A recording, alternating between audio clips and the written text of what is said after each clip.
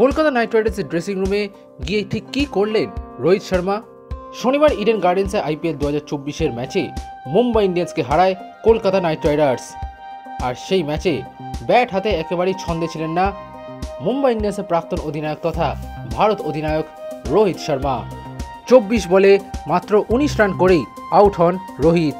কিন্তু এই ম্যাচের আগে এমন একটি দৃশ্য সামনে আসে যা চমকে দিয়েছে সকলকে। ম্যাচ শুরুর আগে যখন বৃষ্টির জন্য টস বিলম্বিত হয়েছিল, সেই সময় দেখা গিয়েছে কলকাতা নাইট রাইডার্সের ড্রেসিং রুমে একাধিক নাইট ক্রিকেটার ও কোচিং স্টাফদের সাথে বসে আলোচনা করছেন রোহিত। সেই আলোচনায় ছিলেন মনীষ পান্ডে, KS ভরত, বরুণ চক্রবর্তী, সহকারী কোচ অভিষেক নায়ার ও বোলিং কোচ ভরত অরুণ। আর সেই আলোচনার ছবি ভাইরাল হয়েছে সোশ্যাল মিডিয়ায়। আর এই নিয়ে বেড়েছে জল্পনা, তাহলে কি কলকাতা নাইট রাইডার্সে যেতে চলেছেন রোহিত শর্মা? এর আগে একাধিক বিশেষজ্ঞ মনে করেছেন রোহিত শর্মা যদি মুম্বাই ইন্ডিয়ান্স ছাড়েন তাহলে কলকাতা নাইট রাইডার্সই হবে তার সেরা ঠিকানা। এমনকি IPL 2024-এর আগে যখন হার্দিক পান্ডিয়াকে মুম্বাই ইন্ডিয়ান্সের অধিনায়ক হিসেবে ঘোষণা করা হয়, তখনই জল্পনা বেড়েছিল রোহিত শর্মার মুম্বাই ছাড়ার।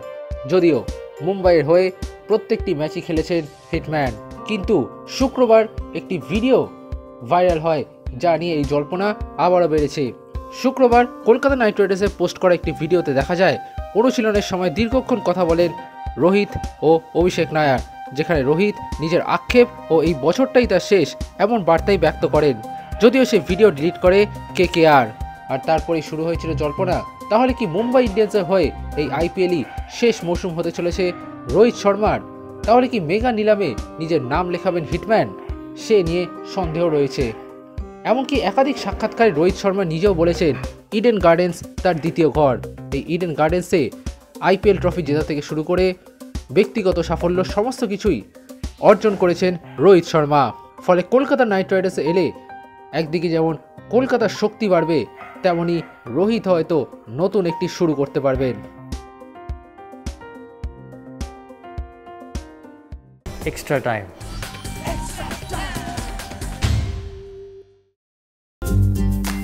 লেটেস্ট নিউজ আর এক্সক্লুসিভ ভিডিওর সঙ্গে আপডেট থাকতে এখনই সাবস্ক্রাইব করুন আমাদের ইউটিউব চ্যানেল। বেল আইকনে ক্লিক করতে ভুলবেন না যেন।